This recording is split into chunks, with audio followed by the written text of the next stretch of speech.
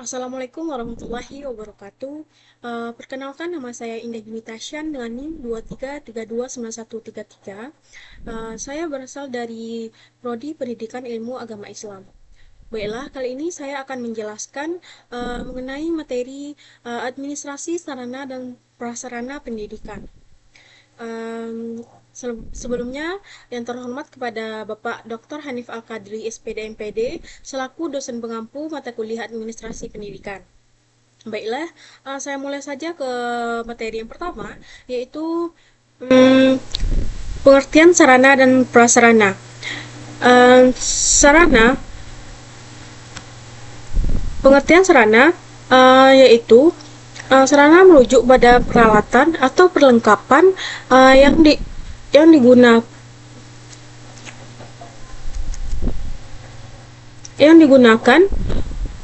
secara langsung dalam proses pendidikan. Artinya, sarana ini terlibat aktif dalam kegiatan belajar mengajar dan berperan penting dalam membantu siswa memahami materi pelajarannya. Contoh sarana pendidikan yaitu yang pertama, buku pelajaran sebagai sumber utama informasi dan pengetahuan. Yang kedua yaitu alat tulis, digunakan untuk mencatat atau mengerjakan tugas dan mengekspresikan ide. Yang ketiga yaitu perlengkapan laboratorium, digunakan untuk melakukan percobaan dan pengamatan ilmiah. Yang keempat yaitu peralatan olahraga, digunakan untuk kegiatan fisik dan pengembangan motorik. Dan yang terakhir yaitu perangkat teknologi, komputer, laptop, tablet, dan proyektor untuk mendukung pembelajaran berbasis teknologi. Selanjutnya yaitu prasarana di sisi lain merujuk pada fasilitas yang menunjang jalannya proses pendidikan secara tidak langsung. Meskipun tidak terlibat langsung dalam kegiatan belajar mengajar, prasarana berperan penting dalam menciptakan lingkungan belajar yang kondusif dan mendukung kelancaran proses pendidikan. Contohnya, seperti gedung sekolah menyediakan ruang kelas, laboratorium, perpustakaan, dan kantor, dan ruang kelas sebagai tempat utama untuk kegiatan belajar mengajar, serta laboratorium fasilitas khusus untuk kegiatan belajar mengajar. Dan ada pula kantin sebagai tempat makan atau minum untuk siswa dan guru, serta jaringan akses internet untuk mendapatkan informasi atau sumber belajar online. Materi selanjutnya yaitu mengenai perbedaan sarana dan prasarana dalam konteks pendidikan. Baiklah, sarana adalah alat atau perlengkapan langsung. Sarana adalah segala alat dan perlengkapan yang digunakan secara langsung dalam proses pendidikan. Ini adalah elemen-elemen yang berinteraksi langsung dengan siswa dan guru untuk memfasilitasi pembelajaran. Contohnya termasuk buku pelajaran, alat tulis, peralatan laboratorium, perlengkapan olahraga, dan alat peraga. Ada pula prasarana yaitu fasilitas pendukung. Prasarana adalah fasilitas yang mendukung kelancaran proses pendidikan meskipun tidak digunakan secara langsung dalam kegiatan belajar mengajar. Prasarana menciptakan lingkungan yang kondusif untuk pembelajaran. Contohnya termasuk ruang kelas, laboratorium, perpustakaan, lapangan olahraga, dan gedung sekolah.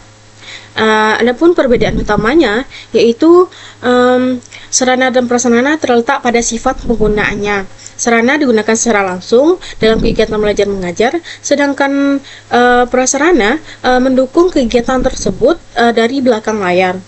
Sarana bersifat bergerak dan dapat dipindahkan, sedangkan prasarana bersifat tetap dan sulit dipindahkan. Selanjutnya yaitu materi mengenai administrasi sarana dan prasarana yang biasa disebut Sarpras.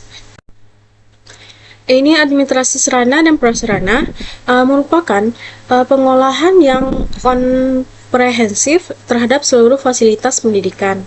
Ini mencakup perencanaan, kebutuhan, pengadaan, inventarisasi, pemeliharaan, hingga penghapusan sarana dan prasarana. Tujuannya adalah untuk memastikan ketersediaan dalam kondisi optimal dari semua sumber daya fisik yang mendukung proses pembelajaran. Pengelolaan subpras yang efektif melibatkan identifikasi kebutuhan real atau pengadaan yang tepat waktu dan pemeliharaan yang teratur.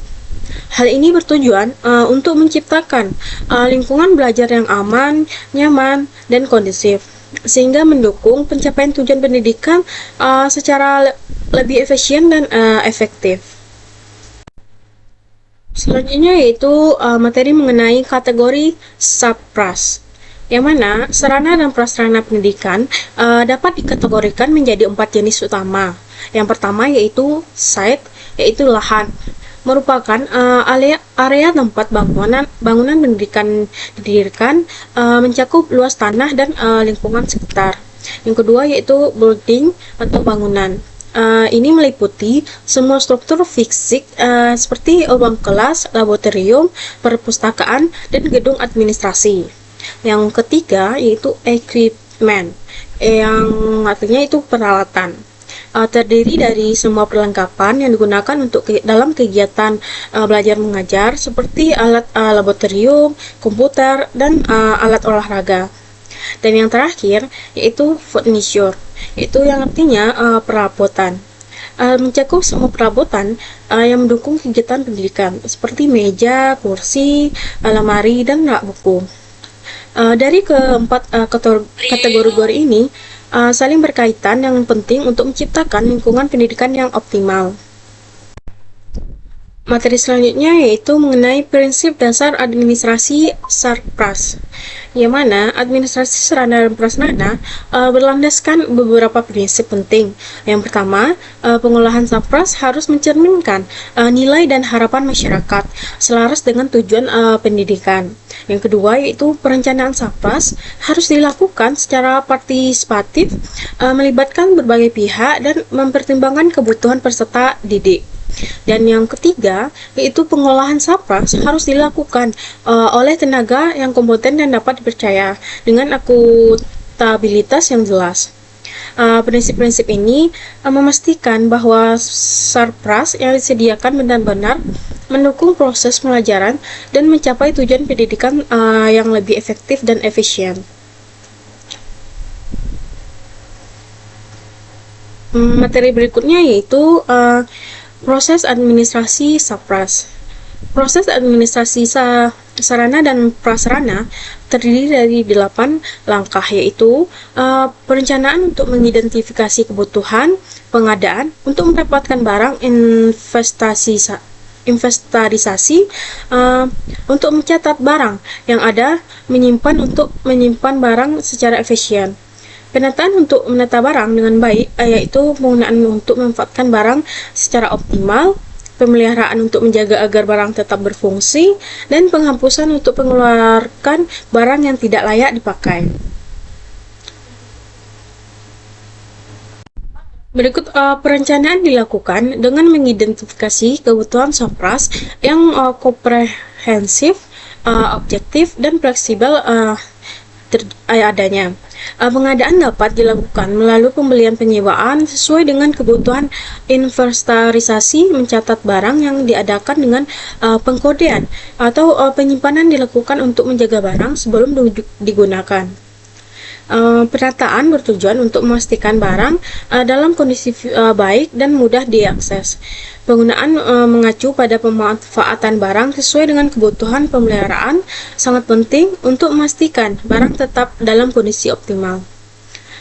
Dan penghapusan dilakukan untuk barang yang tidak layak pakai dengan alasan tertentu.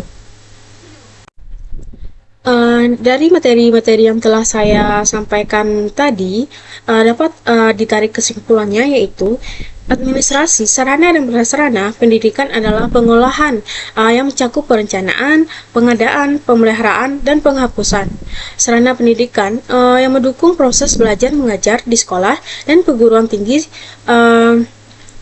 mencakup peralatan yang digunakan langsung seperti buku dan alat tulis. Sedangkan prasarana meliputi fasilitas yang mendukung proses pendidikan seperti ruang kelas dan laboratorium. Terdapat 4 kategori sapras, yaitu site, bonding, equipment, dan furniture.